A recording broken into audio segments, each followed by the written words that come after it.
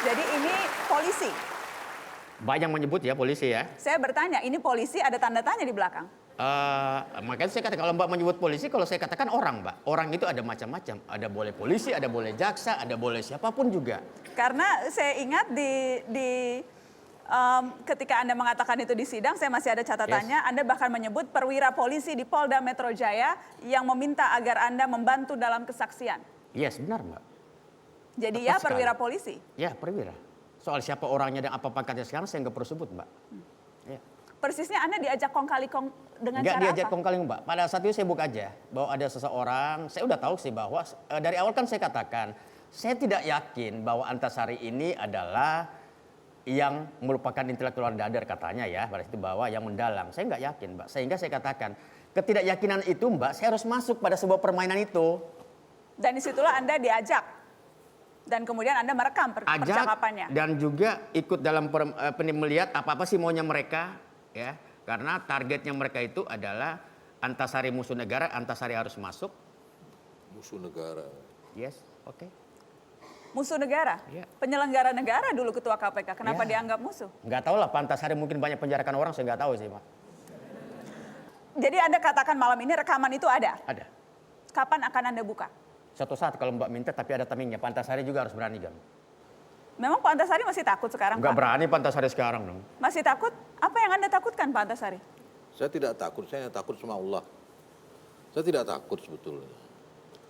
Kalau satu ketika nanti Pak Andi buka itu semua, dan doa saya seperti tunjukkan dengan tanda-tanda semua itu terungkap, sedikit demi sedikit juga terungkap.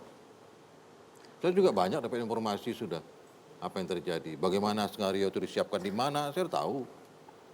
Penembakan itu yang eksekutor sekarang dalam tahanan yang dihukum 17 tahun itu hanya nodongan aja pistol, nggak nembak. Tapi yang nembak yang di belakang. Nah itu semua diatur, saya tahu semua. Tapi saya pikir tidak saya, Allah akan menunjukkan, akan membuka itu semua.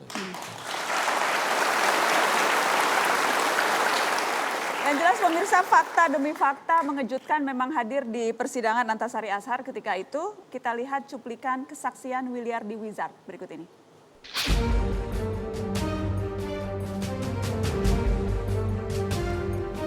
Ini demi Allah saya bersumpah. Kau di wilayah sasaran kita cuma Antasari. Ini demi Allah saya bersumpah. Bapak mengungkapkan keterangan pada bulan November lalu, itu kemudian ada banyak sekali yang terkejut dengan apa yang Bapak ungkapkan. Ya memang itu pada kejadiannya memang begitu sebenarnya ya Mbak. Ya pada dasarnya kita kembalikan lagi ya kepada orang untuk menilainya Mbak. Itu aja, apakah saya bohong atau tidak itu. Ya, itu cuplikan wawancara Mata Najwa tahun 2009 dengan Williardi Wizard setelah Williardi Wizard mencabut keterangannya di BAP dan mengatakan bahwa itu adalah semua rekayasa.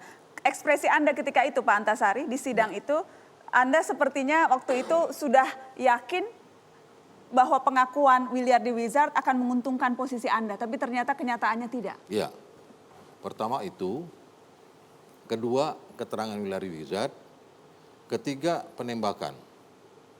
Di mana peluru hasil lapor mengatakan peluru itu dan saksi, peluru itu jenis kaliber 9 mili. Nah, sedangkan barang bukti yang digunakan adalah revolver 38. Ahli kita panggil di persidangan mengatakan mana mungkin kaliber 9 mili bisa masuk ke pistol itu katanya. Jadi kita tanya yang tegas, ini senjata apa? Dia sebut ini senjata FN, ini fakta persidangan.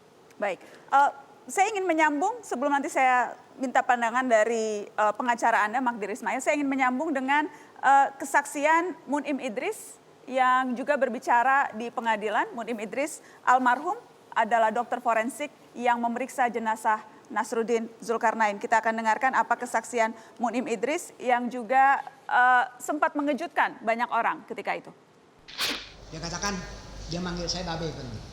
Beng, Babe terlalu berani nih nulis begini. Dapatnya begitu mau diapain? Itu pertama.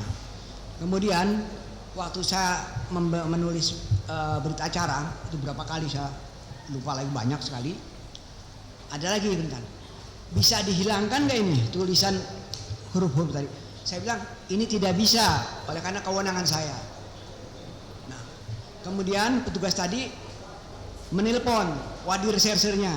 Saya telepon, ini masih kewenangan saya.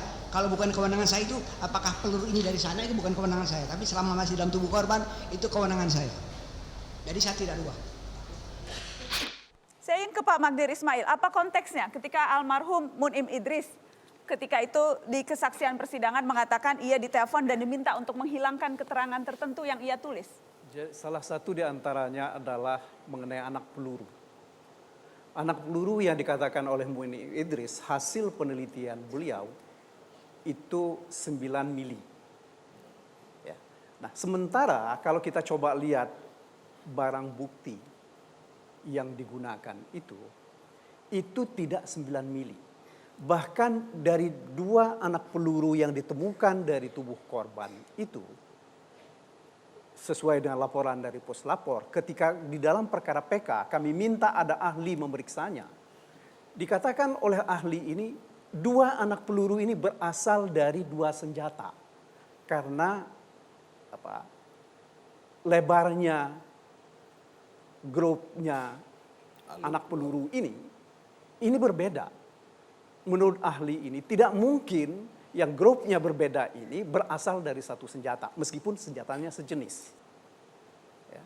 Ketika tadi dikatakan ada yang menghubunginya untuk mengubah keterangan? Ya, itu dalam kerangka itu. Karena dia diminta untuk mengatakan bahwa anak peluru ini sesuai dengan bukti senjata yang dibawa, yang dijadikan bukti ketika itu. Apakah almarhum Munim Idris dalam persidangan menyebut siapa yang meminta ia mengubah keterangan? Dia tidak menyebut nama. Dia hanya menyebut pangkatnya seseorang. Kombes. Anda tahu siapa, Pak? Saya tidak tahu. Saya tanya mana Munim. Ketika sidang PK, itu waktu itu bukan sidang PK itu ya? Iya, waktu PK. Nah, sebelum sidang dimulai, Munim itu menemui saya di ruang tunggu sidang di belakang ruang tahanan. Ya, jadi yang datang itu menghendaki dia menghapus 9 mili itu. Dia menghilangkan jejak lah. Gitu. Kan semuanya menghilangkan jejak. Baik. Baju dihilangkan untuk menghilangkan jejak. Semuanya menurut Anda bagian dari upaya merekayasa kasus ini? Ya bukan merekayasa, menghilangkan jejak. Yang pada akhirnya yang tidak ada diadakan rekayasa kan. Yang tidak ada diadakan. Dugaan adanya 2 tim eksekutor. Itu kemudian dibantah oleh tim penyidik. Kita akan putarkan pernyataan mantan Direktur Kriminal Umum Polda Metro Jaya, M. Iriawan. Kita kan ada tim lain loh, Bang Timur dan tim lain yang diungkapkan oleh yang naik Pak pentas dan Antasari itu Parano. waktu meminta bantuan Pak Kapolri menyampaikan ada yang menteror nomor telepon dikasih, itu Pak Antasari sudah kenal sama nomor itu, dia bohong sama Kapolri loh. Kapolri sudah bantu yang bersangkutan, Kapolri dibohongin, sekarang diseret-seret lagi. Kesatria lah, akuilah ya. Berarti tim lain itu yang tim lain tuh nggak ada, Pak Heru itu yang meminta bantuan Antasari untuk dilidik siapa yang melakukan teror itu. Eksekutor mengatakan ketemu dengan tim lain di lapangan yang berpakaian. Bohong, nggak mungkin mau. Itu udah dikondisikan semua. Coba Anda lihat Siapa sekarang. yang mengkondisikan? Siapa yang mengkondisikan? Tadi Anda mengatakan itu dikondisikan semua. Yang mana? Tadi Anda mengatakan tim lain yang sudah dikondisikan. Ya kondisikan sama mereka dong. Sama pengacara mereka pasti. Coba lihat sekarang pengacara Pantas tadi nama Wilyadi sama itu. Jennifer sama Junimat. Kan ada kaitannya. Coba selidiki lah, jangan ke polisi aja dong. Anda mencurigai itu? Bukan mencurigai, coba Anda analisa. Itu ya, analisa.